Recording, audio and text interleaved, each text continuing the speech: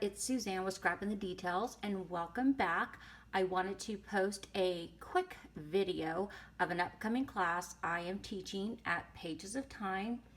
It is on a Sunday, September 25th from 10 to 5, and we will be taking a lunch break because there's so much detail, lots of inking in this class, so it's going to be nice to have a little bit of a break before we dive right back into the project. This is a Halloween altar tray. I love this time of year because it's Halloween and Thanksgiving and Christmas, and it's all about gift packaging and creating home decor to add to your holiday decoration. So I really love this project. This is probably my second Halloween altar tray, and I hope you like it. Here I just kind of set down a few of the items that we're going to be using. These are from Tim Holtz. They're just his little ideology bottles. Of course, Halloween project is not complete without a glittery spider. So I love these spiders. We're going to be using one of these to decorate one of the windows in the tray. And then, of course, lots of inking. So we're using Tim Holtz Distress Spray. And I love these. They add so much texture and color to the projects. Lots of fun. Definitely messy, so we're going to need some baby wipes for this class. And then lots of punches in this class and throughout on the tray, but these are just two of my favorites. These are like my go-to. I use these every time the holiday season comes. These are just a staple, and I absolutely cannot craft without these. Love them. And then, of course, more ideology. We're just using a few pieces from his Halloween pack. Love them because they just add a lot of character. Really simple embellishment just to add something special to your tray. And then his rosette. I love these. They're, again, something that I use throughout the holiday season. So we're using these for one of the windows as well. And then lots of dies in this class from Tim Holtz, and also one from Rachel Bright. We're using Tim Holtz Ghost, his Hocus Pocus. We're also using this, and I think it's just called the Mini Owl and Crescent Moon. So we're using this in the class, and then there's some others as well, like his new Halloween releases for 2016. We're going to be using those too. And here's just a sampling of some of the papers that we're going to be using. Some from Authentique. I had some Teresa Collins from probably maybe 2 Halloweens ago that I kind of threw in there, and they just all worked well together. So lots of fun. I use black, purples, and oranges in this class, and I hopefully you'll enjoy this Halloween project. Okay, here is the October 31st Halloween altar tray that we will be creating in class. As you can see, I stuck with the traditional colors of Halloween, a purple, the oranges, the blacks throughout. Those are the 3 colors I primarily focused on, and I really love the way this came out. Even my daughter Macy was so happy with it, and she loved looking at all the little details, and that's why I love to create, because it is all those little details that just makes the project complete. Now, for this panel here, I won't even admit to you on how long it took me to design this little panel. And it's only 4x6, and it took me forever. At first, I was going to leave it alone, so maybe you could add a photo of your children or your family. But then I came across this die, and this is from Sizzix. It's from, I believe it's the Rachel Bright Harvest Pumpkin. And so I just cut one really quickly out of white, placed it down, and then it just all came together. I used a folder, an embossing folder from Sizzix, and I believe this one's called Damask, and it's by Tim Holtz, also by Sizzix.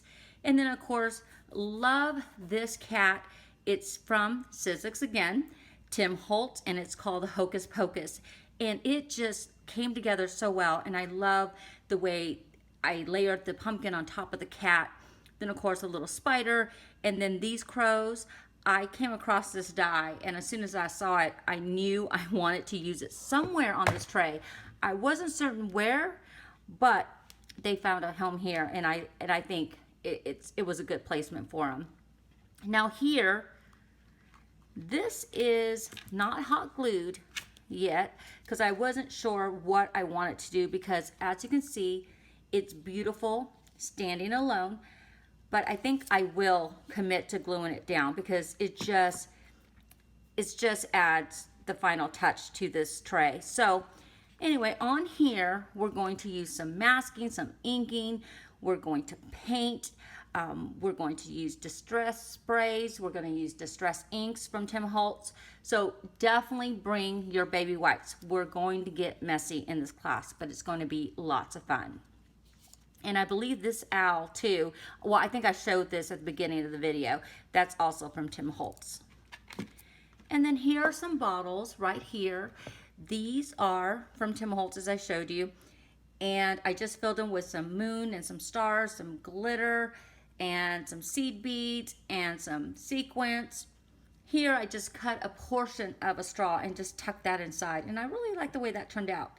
Now this here, again, I won't even admit to you on how long it took me to create this little crystal ball. My friend Wendy was the one that gave me the idea, and I really do love the concept. It just took me forever to put together. And I think I really want to use it somewhere on here, and I think it's gonna go there because it just completes this window. So I think that's where it'll be. So join me in class and let's see where this ends up. Here, just a simple image from his collection pack. Colored it with some distress markers. Here, I don't know if you can see, they're just black flowers that I kind of tucked inside just to fill in this window. And then the ghosts are from Sizzix, Tim Holtz. Love these ghosts. 3 of them, they're all attached. It's all one big die cut. It just makes it so easy. And then here, this is his fence.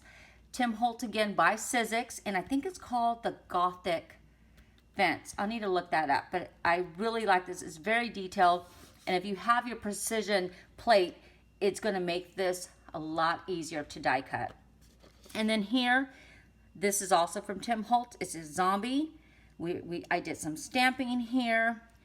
Also used some of his sprays here. This is one of his newest releases for 2016 Halloween, Tim Holtz.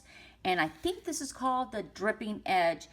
And the reason I love this so much is that it's easy to use, and it just makes a really quick border. And I love the way it just kind of makes this panel separate from the rest.